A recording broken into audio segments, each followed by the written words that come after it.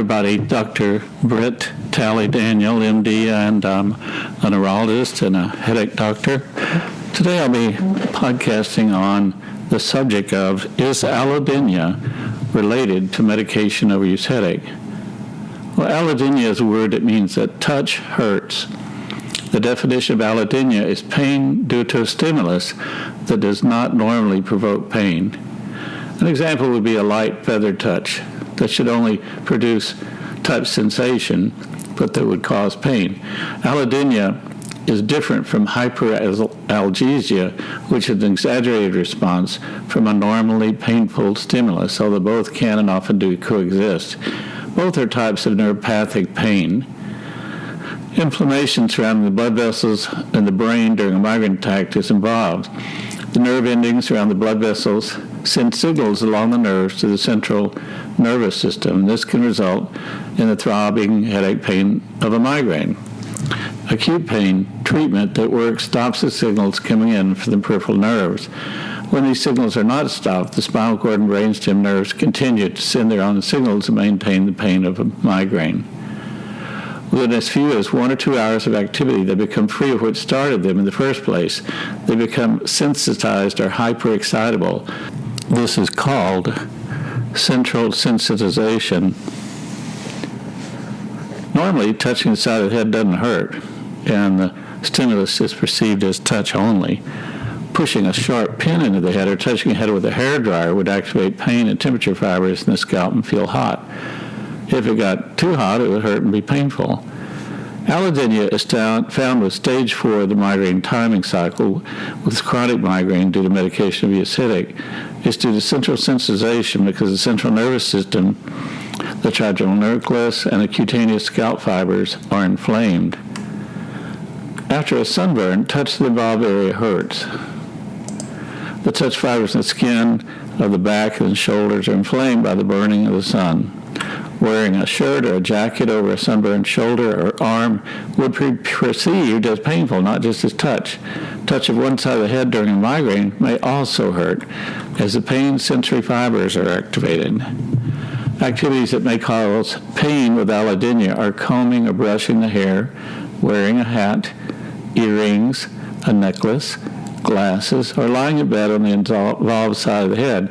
All of these touch activities may hurt in a patient who has allodynia related to medication overuse headache. So is allodynia related to medication overuse headache? Yes, it occurs in 3 to 4% of patients with migraine. In the first edition of the International Classification of Headache Disorders 1, published in 1980, this overtreatment syndrome was called rebound headache. This was because the usual clinical situation with a headache patient would be that a patient with migraine would complain of a severe, usually early morning headache. They would take their painkiller, say like butalbital or hydrocodone, and the headache would go away, only to return hours later worse than before. The headache had rebounded, much like a rebound in basketball. The frequency of migraine could be referred to as episodic or chronic. According to the International Classification of Headaches number 3, published in 2018, episodic migraine is 14 or less migraine headaches a week, while chronic migraine is defined as 15 or more headaches per month, 8 of which have migraine features. The migraine features here mean severe on one side, throbbing, disabling, headache with nausea, vomiting, and sensitivity to light and sound.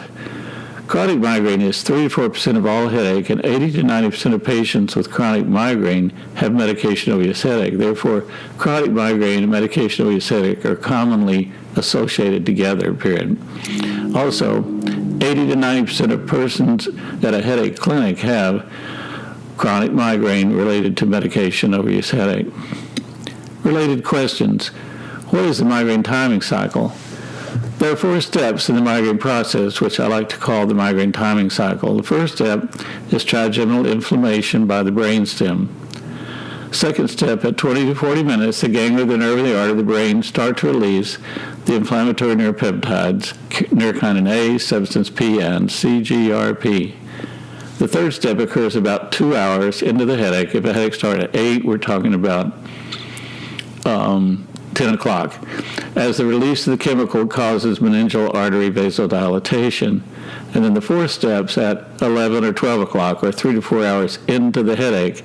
The neurochemicals cause inflammation of the thalamus. The thalamus is a deep nucleus in the center of the brain, which is called the pain center of the brain. This fourth step is also called central sensitization because steps 1, 2, and 3 occur in the skull but are outside the brain. So the trigeminal nerve, the nerve ganglion, and the arterial ganglions and the cerebral arteries are in the skull, but they're not part of the brain. But step 4, involving the central nervous system, inflames the thalamus, which is a deep brain nucleus. So stage 4 of the migraine cycle is when allodynia occurs. Why is migraine defined as lasting 4 to 72 hours? Migraine is defined by the International Classification of Headache as lasting 4 to 72 hours, and this is done not for some trivial, abstract academic reason, using 3 days or 72 hours as the time a migraine may last, but rather because that's how long these inflammatory neuropeptides stay in the body. Research studies have been performed wherein a doctor would start a migraine in a research subject by injecting the vasodilator nitrate.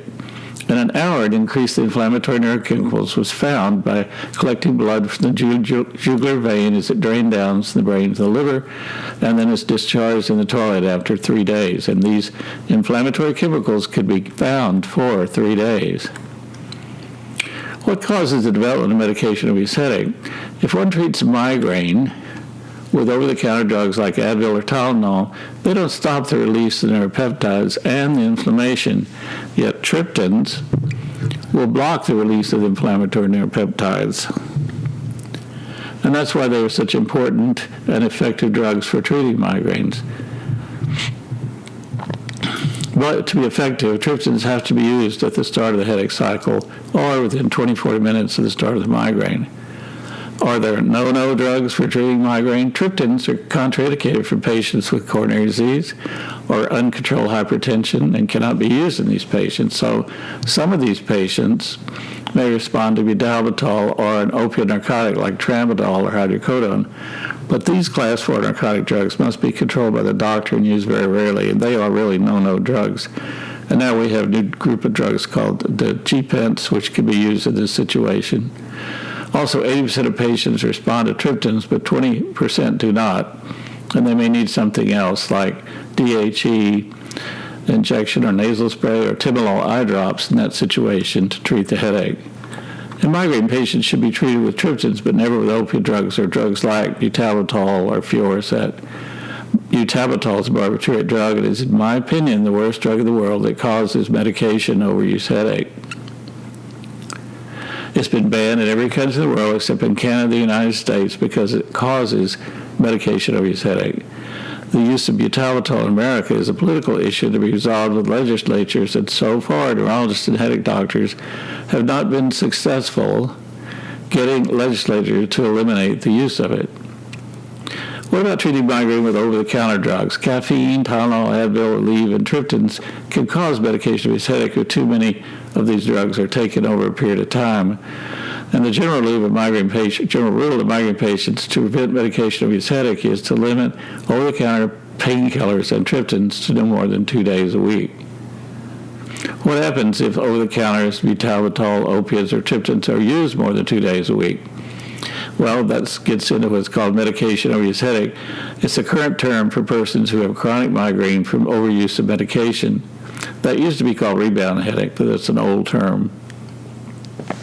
If the patient uses the over-the-counter medications or a triptan, a transition occurs. So after several migraines had occurred within a week or two, every time the patient takes caffeine or Tylenol or a triptan, the inflammatory neurochemicals are released and they stay in the body for 3 days, and so the migraine process becomes continuous. It's sort of like putting lighter fluid on a fire, which makes the fire continue to burn. If one considers that migraine can generate chemicals that last 3 days and multiply that by 2 days, the result may be 6 days of neurochemical release per week. So if the doctor allowed his patients to take Tylenol or triptan 3 days a week, that's 9 days of chemical inflammation, more than 7 days in a week, and explains the limitation of all painkillers and triptans to no more than 2 days a week. Is there a more thorough discussion in the migraine timing cycle? Yes, go to my webpage at drmigraine.com. However, this timing cycle points the reason why migraine should be treated early with a triptan. The patient only has 20 to 40 minutes after the onset of headache pain before the chemicals are released, and a triptan drug will block the release of these chemicals. It's just that simple. Most patients don't know to treat early, and therefore the chemicals that are released inflame the trigeminal nerve, the arteries, and the thalamus. The patient returns and states to the doctor, triptan doesn't work. It's reported that triptans will help migraine headache anytime during a migraine, even if treated late, but using migraine useless. Unless migraine is treated at onset, the patient will not be headache-free within 2 hours. And headache-free here means that all migraine symptoms are gone. Headache, nausea, sound sensitivity, light sensitivity, olfactory sensitivity, mental cloudiness. In my office, I go over and over again at this point with patients to treat early, and then the next time they come in, many of them report that they did well with the triptan and the migraine was gone early. Many patients tell me that they can get released within 15 to 20 minutes, which is less than the reported time it takes the drug to work. How is medication-induced headache treated? Treatment here is it means you have to stop the painkillers, the NSAIDs, caffeine, triptans, barbiturate, or opiates. This can be done all at once, or the drugs may be tapered off slowly. The patient should do the migraine lifestyle, might consider starting a daily preventive drug, probably take 1 or 2 weeks of prednisone or Medrol dose pack to decrease inflammation of the headache, and then use DHE, timolol, or olanzapine for acute headache pain management until the frequent headaches backs off. So these are my thoughts on is Allodynia related to medication-induced headache? Please click on subscribe down there so we can follow each other.